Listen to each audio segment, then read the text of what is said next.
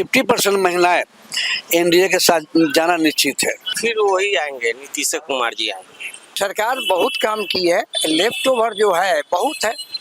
जो भी कर्मचारी हैं, पदाधिकारी हैं, वो अंकुश से परे हैं। भ्रष्टाचार जो है बिहार में बहुत ज्यादा है, इस पर अंकुश लगना चाहिए। 90 के दशक का जो दौर था वो कंप्लीट बिहार में अपहरण अपराध उद्योग का दौर रहा। कार्यक्रम शादी विवाह में भी जाते थे तो बंदूक का जखीरा जाता था। लेकिन विकास तो हुआ है। आज मोदी जी जो दे रहे हैं सो नीतीश जी ले रहे हैं और जनता में दे रहे हैं। बिहार की महिलाओं के आवाज पर शराबबंदी किया। हम तो नीतीश कुमार जी के ही साथ है और काम भी अच्छे किए हैं। ऐसी बात ना है कि मोदी जी ने दिए हैं, मोदी जी दिए हैं तब ये नीतीश जी किए हैं। 2 बार 3 बार तो बिछाने का काम किया और उसका बंटा भार बिल, नकली बिल बना के बंटा घार कर दिया। नमस्कार बिहार। हर सुबह बिहार के हर शहर, हर कस्बे में ठीक इसी तरीके से चाय बनती है, कभी उफनती है, कभी उस पे पत्ती को मजबूत किया जाता है, कभी थोड़ी सी चीनी डाली जाती है और ऐसी ही कुछ राजनीति भी चलती है। कभी उसको मजबूत करना पड़ता है, कभी मीठा करना पड़ता है, कभी चलाना पड़ता है। मेरा नाम है उत्कर्ष चतुर्वेदी। आप देख रहे हैं अमर उजाला और अमर उजाला पर हम बिहार की चुनावी सरगर्मी को समझने के लिए बिहार की धरती पर मौजूद हैं। अलग अलग जिलों में, अलग अलग विधानसभा क्षेत्रों में जा रहे हैं और जो चाय को तैयार कर रहे हैं आप भोला जी मुजफ्फरपुर में एक पहचान है और इनका ये जो चाय का ठिया है ये एक तरीके से राजनीति की पाठशाला है, ककहरा है। आप ही की अनुमति से आपकी दुकान में एक बार अगर मैं अंदर जाऊं तो कुछ तस्वीर तमाम दर्शकों को दिखाना चाहता हूं। अब यहाँ करीब 20 साल से जो शख्स बिहार की सत्ता पर काबिज हैं, नीतीश कुमार, उनके बगल में भोला जी खड़े हैं, वो मिलने आए। उसके बाद मुजफ्फरपुर में एक अखबार की कटिंग जिसको संभाल कर रखते हैं, जिसमें ये बड़ी जवानी के दिनों में है, जहां पर दिखाई देता है कि चाय के प्याले में छिपा है संपूर्ण क्रांति का रहस्य और भोला भाई की चाय की दुकान। ऐसा इसलिए लिखा है क्योंकि इस पूरी चाय की दुकान में कई राजनेता सालों से आते रहे हैं। आज भी मुजफ्फरपुर में कोई भी सियासी रैली ऐसी नहीं है जो इस जगह कर ना रुके। तो हमें भी लगा कि अगर अमर उजाला यहाँ आकर नहीं रुकेगा तो मुजफ्फरपुर की असली सियासत जो है वो नहीं समझ आएगी। चाय में पत्ती भी तेज है, चीनी बराबर है, उबाल भी ऊपर तक धीरे धीरे आ रहा है। अब जरा बिहार की राजनीति में समझा दीजिए कि किसकी पत्ती तेज है और किसको चीनी बढ़ाने की जरूरत पड़ेगी। बोला जी, बिहार की राजनीति की बात है तो यहाँ गठबंधन और महागठबंधन, ये दोनों में अंत में चुनाव आते आते वोटर 2 जगह विभक्त हो जाएंगे। जो हम लोग यहाँ पर अनुभव करते हैं, जनता के बीच रहते हैं, जनता जब वार्तालाप होता है उसमें गठबंधन महागठबंधन डायरेक्ट चुनाव हो जाएगा, मतलब 2 भागों विभक्त हो जाएगा। और ज्यादातर चांस ये बन रहा है कि अभी नीतीश बाबू का जो आम जनता के लिए जो योजनाएं से लागू हुआ है, पेंशन वाला और उस पर से बिजली फ्री वाला, उसके बाद जीविका दीदियों का, महिलाओं का ग्रामीण क्षेत्रों में वो 50% महिलाएं एनडीए के साथ जाना निश्चित है। और उसके बाद माई समय का जो अपना चल रहा है वो तो है उनका अपना महागठबंधन का, वो तो रहेगा ही। तो यही वर्तमान परिस्थिति। कोई दर्शक देखेगा तो बोलेगा भोला जी के साथ नीतीश कुमार की तस्वीर है इसीलिए ज्यादा तारीफ कर रहे हैं, ऐसा तो नहीं है? नहीं, हम यहाँ पर एक चाय दुकान सार्वजनिक होता है, ये चौक चौराहा है, सार्वजनिक होता है, हम सार्वजनिक बात कर रहे हैं। जो जनता यहाँ गपशप करते हैं, जो बात आता है हम उसकी बात कर रहे हैं। मैं अपनी बात नहीं कर रहा हूँ, मैं किसी और पक्ष में बोल रहा हूँ। थोड़ा सा आपसे पूछूं, आपके इस चाय के ठिये के बारे में कितने नेता आपको याद होंगे जो बड़े बन गए, आए, रुके, यहाँ जिन्होंने चाय की चुस्की जरूर ली है? वर्तमान हम बिहार से उठाते हैं, इस जिले के जितने भी एमएलए, एमपी, मंत्री जो भी हैं वो व्यक्तिगत तौर पर इस दुकान पर आने काम क्या करते थे। आज भी कभी इधर आ जाते हैं, यहाँ बैठते हैं और यहाँ से राजनीतिक ठेहा, हमारे दुकान को राजनीतिक ठेहा कहा जाता है, राजनीतिक ठेहा। तो वैसे लोग हमारे यहाँ जान करते हैं। यहाँ के सांसद अभी है अजभूषण निषाद जी, वो भी जानते हैं। वर्तमान में यहाँ के पूर्व विधायक मंत्री सुरेश शर्मा जो भी जानते हैं। अन्य दलों के भी जो विधायक है वो भी आने जाने क्रम यहाँ रुकते हैं, आशीर्वाद लेते हैं।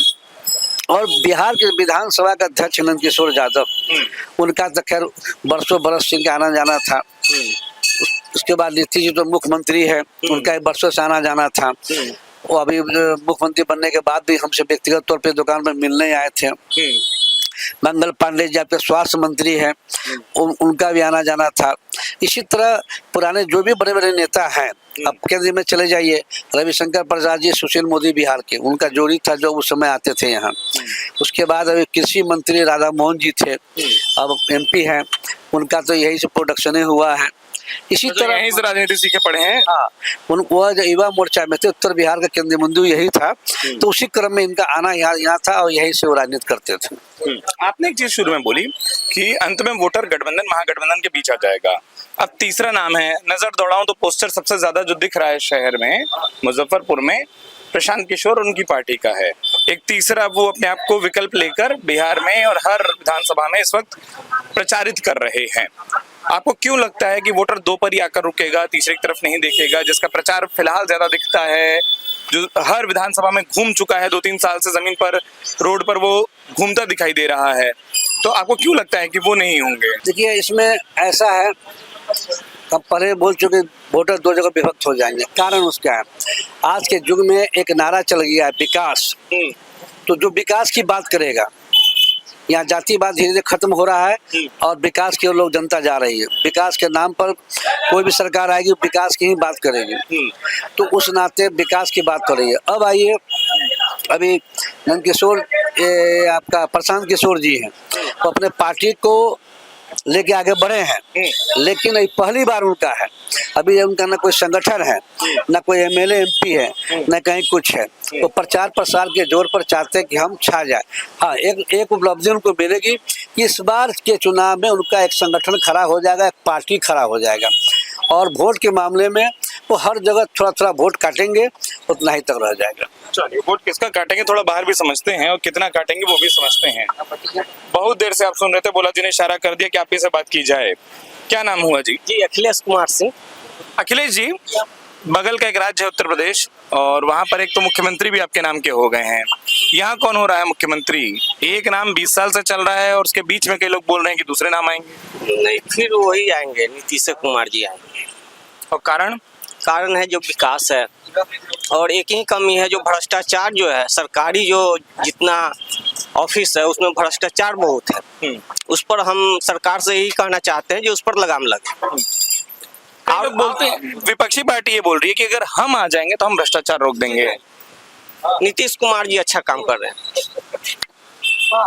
हम जब विपक्षी पार्टी क्या कह रही है कहे तो साहब को आई जोर से हंसी। विपक्षी पार्टी जो कह रही है वह 20 वर्ष पहले बहुत देख चुका है। न कोई औरत न कोई मर्द रोड पर 8 बजे रात में घूम सकता था, तो उसी पार्टी का स्टेटमेंट अभी 20 वर्ष में देखिए फ्री घूम रहा है, रोड बढ़िया, चाय की चुस्की के साथ सब बढ़िया से चल रहा है। तो सुबह की चाय हम लोगों के लिए वैसे भी अमृत के जैसे होती है कि जब ये हाथ में आ जाएगी तो झूठ भी नहीं निकल पाएगा मुंह से। नहीं, झूठ क्यों निकलेगा? जो प्रेजेंट अवेलेबल है, अभी देश का हालत है, ये लिए सरकार लाइव स्ट्रॉन्ग होना चाहिए, और जो बचल खोचल है लेफ्ट ओवर सबको ठीक कर देगा। अच्छा, ये बताइए क्या लेफ्ट ओवर है? आपने बताया, तो अब मैं समझना चाहता हूँ मुद्दे के तरीके से, क्या ऐसा है जिस पर अब काम होना चाहिए? जैसे आपने कहा कि चलिए सुरक्षा आ गई, 8 बजे पहले लोग नहीं घूमते तब घूम रहे हैं, क्या बचा है? देखिए, कुछ देहात साइड में है, कुछ जैसे रैप है, रैप का कंट्रोल हुआ है। अभी 20% और जरूरी है कि सरकार को टाइट होकर के रैप सिस्टम को बंद कर देना चाहिए, जिससे बहुत बदनामी हो रही है। ये बहुत जरूरी है। सरकार बहुत काम की है, लेफ्ट ओवर जो है बहुत है, अब कितना है, क्रिएशन तो डे बाय डे होता है। क्या नाम सर आपका? RNP सिंह। RNP सिंह साहब, आप अभी अभी आए हैं तो चर्चा का मूड बहुत शायद न समझे हों, पर अच्छी बात यह है, हाँ बस वही है। मैं तो ये समझना चाह रहा हूँ आपसे, जैसे आपने एक सावधानी रखी गाड़ी चलाते चलाते कि हेलमेट जरूर चलाएं, वैसे इस चुनाव में वोटर को क्या सावधानी रखनी है? ढेर सारा प्रचार हो रहा है, पार्टियां भी ज्यादा हो गई हैं, भ्रमित भी ज्यादा हो रहा है। आज की तारीख में भाई साहब ये कहना आवश्यक है कि सरकारी तंत्र जो है उस पर अंकुश नहीं है। सरकारी तंत्र जो भी ऑफिस है, जो भी कर्मचारी हैं, पदाधिकारी हैं, वो अंकुश से परे हैं। उन पर अंकुश करना आवश्यक है, नहीं तो समाज विखंडित हो जाएगा। विखंडित हो रहा है, ऑलरेडी विखंडित हो रहा है। आप लोग पत्रकार हैं, आप लोग देखते होंगे कि कहीं कहीं घटनाएं घट रही हैं। तो इस पर काबू किया जा सकता है। ये सरकार का जिम्मे बनता है। अंकुश और मतलब अंकुश जो है ना, इसको एकदम कोशिश टॉप लेवल पर कोशिश करना चाहिए कि जो भी है वो ठीक हो भाई साहब, आज की तारीख में कोशिश हो ही नहीं रहा, कोशिश है ही नहीं। सरकार को इस पर विशेष ध्यान देने की जरूरत है। सरकार को ध्यान देना चाहिए और सरकार इसके लिए किंग कर्तव्य है कि भाई करेंगे करेंगे करेंगे, करना चाहिए। तो बतौर वोटर, हाँ, जैसे वो बता रहे हैं कि भ्रष्टाचार की एक दिक्कत है, एक सिस्टम की आपने दिक्कत बताई, साहब भी बोल रहे हैं कि कुछ लेफ्ट ओवर रह गया है। अब जब वोटर जाए तो जो नहीं किया उसको ध्यान रखे, दूसरा वादा कर रहा है कि हम कर देंगे, तो अभी वादे पर ध्यान रखे। अब ये भी तो कंफ्यूजन रहता है क्योंकि दूसरा आएगा, करेगा नहीं करेगा आपको पता नहीं है। वो बात नहीं है, सब तो यही कहते हैं, करता कोई नहीं है, करता कोई नहीं है। तो फिर कैसे चुनना है कि जब कोई नहीं कर रहा है तो फिर चुनाव कैसे होगा? इसमें तो आज की तारीख में मैं नहीं कर रहा हूँ, मैं ऐसा सोच भी नहीं रहा हूँ, लेकिन लोगों का मन है कि नई पार्टी जो आई है, क्या नाम इसका, जनसुराज की तरफ लोगों का भी आकृष्ट हो रहा है। अब पता नहीं आगे क्या होगा, भगवान जाने, लेकिन उसकी तरफ लोग मुखातिब हो रहे हैं। मतलब ध्यान खींच रही है, वोट मिले ना मिले ये भी दूर है थोड़ा, कि वो समय बताएगा। हाँ, लेकिन अब देखिए आगे क्या होता है। जनता तो मर रहा है और मरेगा। आपको बताएं एक छोटा सा चीज, आपको बताएं, हम लोग भी, आप भी एक सामाजिक व्यक्ति, मैं भी सामाजिक व्यक्ति हूँ, और मैं नौकरी में था और नौकरी से रिटायर कर गया। क्या नाम साहब आपका? मेरा नाम हुआ कुणाल सहाय जी।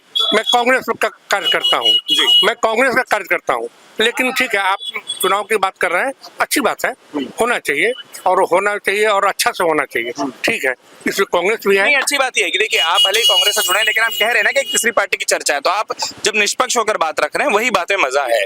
तो जो आप कह रहे थे कि अब वोटर भ्रमित भी है, उसको तीसरा दिख रहा है, लेकिन वोट देने से पहले बिहार का एक सच ये भी तो है कि इंसान आखिर में पार्टी का निशान और उम्मीदवार की जाति, दो चीजों पर आकर रुक जाता है। और इसीलिए कई बार पार्टियां ये कहती हैं कि हम उम्मीदवार की जाति देखकर उम्मीदवार बनाते हैं, ना कि योग्यता देखकर। नहीं, योग्यता तो आवश्यक है, योग्यता तो अति आवश्यक है। अगर योग्यता ही नहीं रहेगा तो फिर आप काम क्या करेंगे? योग्यता तो जरूरी है, ठीक है, लेकिन योग्यता के साथ साथ विचार विमर्श भी करना भी चाहिए। विचार विमर्श होने पर एक बात निकलता है कि आगे क्या हुआ है, आगे क्या होगा, या आने वाले समय में क्या होना चाहिए, ये देखना पार्टी का काम है। और एक जनता तो घूमी हुई है, इसलिए कि कोई जात में है, कोई अपने बिरादरी में है, कोई अपने किसी कारण से अपना लोग सोच रहा है। लेकिन मेरा मानना है कि जनता को सोच समझकर विचार करना चाहिए। जनता को सोच समझकर विचार करना चाहिए। एक लंबा ब्रेक भी रहेगा। क्या मूड है? अभी कुछ मूड बन भी रहा है कि अभी बहुत दूर है चुनाव? मूड तो बिहार के आम आवाम का बन चुका हुआ है, इसमें बनने की बात कहाँ है। बिहार के आम आवाम का मूड बन चुका है। जिसने बिहार को त्रासदी से बचाया है, जिसने बिहार को अपराध मुक्त किया है, जिसने बिहार का विकास किया है, तो इसके लिए तो मूड बना ही हुआ है, इसमें कुछ कहने की जरूरत नहीं है। एक नई पीढ़ी है साहब पूरी, क्योंकि 20 साल से करीब करीब नीतीश कुमार मुख्यमंत्री हैं। बीच में जीतन राम मांझी के मैं उस कार्यकाल को हटाऊं तो 20 साल पहले जो पैदा नहीं हुआ, जो इस बार पहली बार का वोटर है, जिसने वो दौर देखा ही नहीं जिसकी आप बात कर रहे हैं, ऐसे नए लोग किस बिना पर फिर वो अंतर कर पाते होंगे? क्योंकि उन्होंने जो नहीं देखा उससे वो कैसे आगे आ गए हैं, पार पा गए, उनको वो कहानी भी नहीं पता। देखिए, आपने जो प्रश्न किया है, हमने शुरुआत में भी आपको बताया, 90 के दशक का जो दौर था वो कंप्लीट बिहार में अपराध उद्योग का दौर रहा है। लेकिन जो बच्चे 2005 में जन्म लिए, आज वो वोटर, फर्स्ट राउंड वोटर बने, सेकेंड राउंड वोटर बने, उनको बताना पड़ेगा, उनको समझाना पड़ेगा कि 2005 से पहले की जो सरकार थी और 2005 में जो सरकार है उसमें क्या अंतर है, ये उनको समझाना पड़ेगा। क्योंकि वो जानते नहीं, उसने उस दौर को देखा नहीं। हम लोगों ने देखा है उस दौर को। जब कोई स्कॉर्पियो जा रहा है तो खिड़की में बंदूक का नाल निकलता था, आज बंदूक की नालें नहीं निकलती है। आज कोई भी व्यक्ति अगर फंक्शन में भी जाते हैं, पहले कार्यक्रम शादी विवाह में भी जाते थे तो बंदूक का जखीरा जाता था। आज ये नहीं जाता है, सुशासन की राज स्थापित हुआ है, इसलिए इसमें कुछ कहने की जरूरत ही नहीं है, जो है सो है। बहुत अच्छी मुस्कुराहट है आपकी। क्या नाम है आपका? मेरा नाम संजय पासवान हुआ। संजय जी जो बता रहे हैं उसके बाद, क्योंकि फिर थोड़ी देर बोल नहीं पाएंगे तो मुझे लगा पहले पूछ ले, वो ये कि आप कितना सहमत हैं या असहमत? हम इनके हर बात से सहमत हैं। हम विकास के साथ हैं। थोड़ा बदलाव तो राजनीतिक में होता ही है, लेकिन विकास तो हुआ है, हर मामले में हुआ है। क्या नाम आपका? सुरेश प्रसाद। सुरेश जी ये बताइए, कई लोग बोलते हैं कि नीतीश कुमार बहुत जरूरी है और कई लोग बोलते हैं कि नहीं, नरेंद्र मोदी नीतीश कुमार के साथ है इसलिए ज्यादा बड़े जरूरी है। दोनों नेताओं में से ज्यादा बड़ा कारण क्या है एक इंसान के वोट देने का, अगर गठबंधन को वो दे रहा है तो दे रहा है तो क्योंकि मोदी जी समर्थन कर रहे हैं बिहार को, अब 100% है कि समर्थन कर रहे हैं, और नीतीश जी उसको लेकर चल रहे हैं, कोई चीज में इनगोर नहीं कर रहे हैं। वो जो दे रहे हैं वो अभी एक्सेप्ट कर रहे हैं। एक जमाना था कि वो दिए थे बाढ़ पीड़ित को नीतीश जी, तब मोदी जी लौटा दिए थे। आज मोदी जी जो दे रहे हैं सो नीतीश जी ले रहे हैं और जनता में दे रहे हैं। तो हम लोग तो नीतीश जी का खुला समर्थन करते हैं। ऐसा नहीं है कि जन स्वराज का हम विरोध करते हैं, ऐसा नहीं है, लेकिन जो काम देख रहे हैं उस हिसाब से हम मोदी जी का भी समर्थन करते हैं। और जन स्वराज के समर्थन और विरोध की बात कहाँ है? अभी तो जन स्वराज का नाम लिया, महागठबंधन का नहीं लिया। नहीं, महागठबंधन के साथ ही हम लोग हैं। नहीं, ये मैं आपको बता दूं, जन स्वराज जस्ट लाइक अभी जो बच्चे जन्म लेते हैं उसका बहुत प्रक्रिया होता है, छठी होता है। अभी आप लोग पूरा टटोलेंगे? नहीं, टटोलना कहाँ है। जन स्वराज एक व्यक्ति विशेष वर्ग की पार्टी है। किसकी? जन स्वराज पीके पांडे व्यक्ति विशेष की पार्टी है। जन स्वराज में दलित, पिछड़ा, अति पिछड़ा, अकलियत का सम्मान। प्रशांत किशोर को पूरा प्रशांत किशोर पांडे कहते हैं जी, उसमें सम्मान नहीं है। और जन स्वराज तो अभी जन्म लिया है, अभी वो 2030 की तैयारी करे। अभी वो समाज के लिए उन्होंने क्या किया, माननीय खुद को साबित देना होगा अभी परीक्षा। मैं एक बात बता दूं भाई साहब, माननीय मुख्यमंत्री ने बिहार की महिलाओं के आवाज पर शराबबंदी किया। ठीक, पर कई लोग तो बोलते हैं कि शराबबंदी लागू नहीं है, होम डिलीवरी हो रहा है, चीजें मिल रही हैं। अब ऐसे आप इसको समझिए, आपने जो कहा कि होम डिलीवरी हो रहा है, किसी भी चीज पर हमारे गेहूं पर ही, चावल पर ही, चीनी पर ही अगर अचानक से प्रतिबंध लग जाता है तो उसका काला बाजारी शुरू हो जाता है, किसी भी चीज का। ये आप मानते हैं? तो जब काला बाजारी शुरू हो जाता है तो उस काला बाजारी को दबाने में, कुचलने में वक्त लगता है। लेकिन अभी जो हम लोग हैं, हम लोगों का जैसे आपने बात किया कि 90 के दशक के दौर में जो बच्चे नहीं थे उनको कैसे समझाएंगे, तो उनको बताना पड़ेगा। तो इसी प्रकार से ठीक है, हम लोगों के समय में होम डिलीवरी वगैरह इस चीज को आप कह रहे हैं, लेकिन हमारा जो जनरेशन होगा उसका भविष्य क्या होगा, ये बताइए। बहुत देर से आप चर्चा सुन रहे हैं, क्या आपको समझ आया? हम तो नीतीश कुमार जी के ही साथ है। क्यों? हमको बढ़िया लग रहा है, कुछ कर रहे हैं, यहाँ पर बहुत विकास हुआ है, इसलिए। आप बोल रहे हैं विकास हुआ है। एक चीज हम पूछते हैं आपसे, चलिए आपसे पूछते हैं, बैठ जाएं बगल में। हम पिछले साल आए थे मुजफ्फरपुर, भोला जी सुबह सुबह चाय पिलाए, हमने चर्चा शुरू की, आज हम फिर वही करने आ गए। तब एक शब्द सुनाई दिया था जो आज किसी से हमको नहीं सुनाई दिया, और हम आपसे भी वो पूछेंगे। मुजफ्फरपुर स्मार्ट सिटी हो रहा है, एक साल बाद ये शब्द ही गायब हो गया। और स्मार्टनेस कितनी है सिटी में वो आप भी देख रहे हैं। तो 1600 करोड़ रुपया शायद आना था, लोग ऐसा बता रहे हैं। सब कहाँ है? सब कहाँ है, तब नेता लोग जानेंगे कि अब हम लोग तो पब्लिक है। पब्लिक को सवाल पूछने का समय तो आ गया है। हाँ, तब पूछेंगे। क्या है चुनाव का मुद्दा? देखिए, चुनाव का मुद्दा तो जो है से सब सही है, तो वो हम लोग तो वही है, बीजेपी। किस बात पे? और क्या नाम आपका? राम नरेश राय। हाँ, क्यों बीजेपी? देखिए, कुछ काम धाम है और शुरू से हम है, हम अभी से नहीं है कि हम इधर से उधर हो जाए। शुरू से है और काम भी अच्छे किए हैं। ऐसी बात ना है कि मोदी जी ने दिए हैं, मोदी जी दिए हैं तब ये नीतीश जी किए हैं। जब वो नहीं देंगे तो बिहार से क्या होगा? देने वाले वही है, सब कुछ करने वाले वही हैं। देते हैं तो करते हैं, विकास तो हुआ है, इसमें कोई दिक्कत नहीं। बोला जी, हाँ आपका नाम साहब? सुरेश जी। राम नरेश। राम नरेश। अब जब मैंने आपसे एक सवाल पूछा था आप उनको देख रहे थे और मैं उनको भी देख रहा था, फिर कि आप उधर क्या देख रहे हैं। नहीं, पर एक सवाल पर आप मुस्कुराए और वही मैं पूछता हूँ, क्योंकि ये सब थोड़ा थोड़ा गोल गोल घुमाएंगे जैसे आप चाय चलाते हैं। एक साल पहले आप ही ने मुझे कहा था कि मुजफ्फरपुर स्मार्ट सिटी बनने वाला है, नाम है, काम हो रहा है।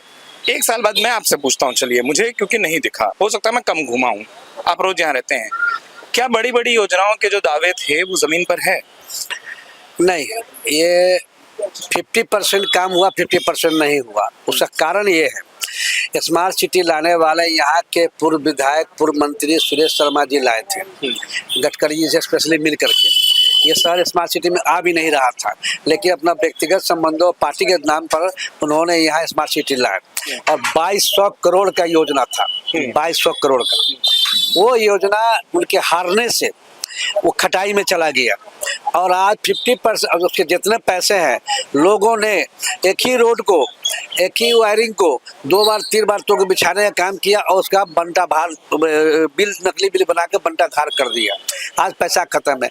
आपका स्मार्ट सिटी की योजना जो स्वरूप होना चाहिए वो नहीं है, खत्म है। तो बोला जी, एक उम्मीद आपसे भी रहती है ना कि जो राजनीतिक ठिया हो, जब यहाँ कोई हाथ झुकाएगा तो आप तो सीधा ये भी बोलेंगे कि वो जो 1600 करोड़ था जो जनता को मिलता, शायद मुजफ्फरपुर को इतना लगता, हमको मन ही नहीं करता हम छोड़ कर जाएं, क्यों आगे पटना जाएं।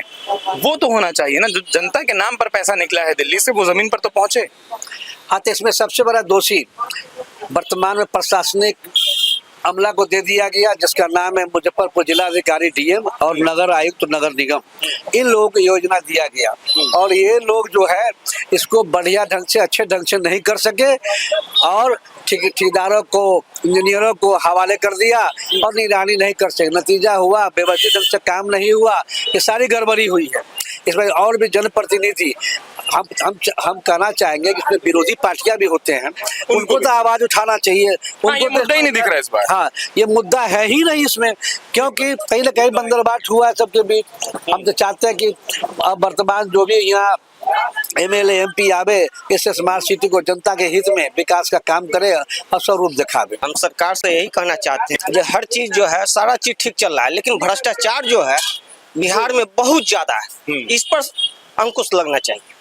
वही तो मैं एक सवाल पूछा कि भ्रष्टाचार की भेंट एक बड़ी योजना, एक साल पहले मैं आया था साहब, तब हर कोई स्मार्ट सिटी का जिक्र करता था, वो भी गायब दिखाई देती है, वो भी चर्चाओं में नहीं है। जमीन पर क्या कुछ है? नहीं है। ढेर सारे लोगों से जब और पूरे दिन बात करेंगे, मुजफ्फरपुर के अलग अलग हिस्सों में घूमेंगे फिरेंगे, तब समझ आएगा। लेकिन जैसा मैंने आपसे कहा कि चाय एक अनिवार्य हिस्सा है हम सबके दिनचर्या का, हम सबकी दिनचर्या का, ठीक उसी तरीके से अनिवार्य हिस्सा ये भी है कि सुबह सुबह चाय के साथ एक सच पूछा जाए, मुद्दे टटोले जाएं। अभी बिहार के चुनाव में थोड़ा वक्त दिखाई दे रहा है, एक त्योहार का ब्रेक दिखाई दे रहा है, लेकिन बिना ब्रेक के अमर उजाला इसी तरीके से जमीनी कवरेज को जारी रखेगा। आप हमें देखते रहिए अपने सहयोगी शुभम के साथ। फिलहाल इस चर्चा को मैं उत्कर्ष चतुर्वेदी यहीं विराम देता हूँ। बहुत बहुत धन्यवाद। अगर आप ये वीडियो YouTube पर देख रहे हैं तो हमारे चैनल को सब्सक्राइब कर बेल आइकन दबाएं और Facebook पर देख रहे हैं तो हमारे पेज को लाइक करें।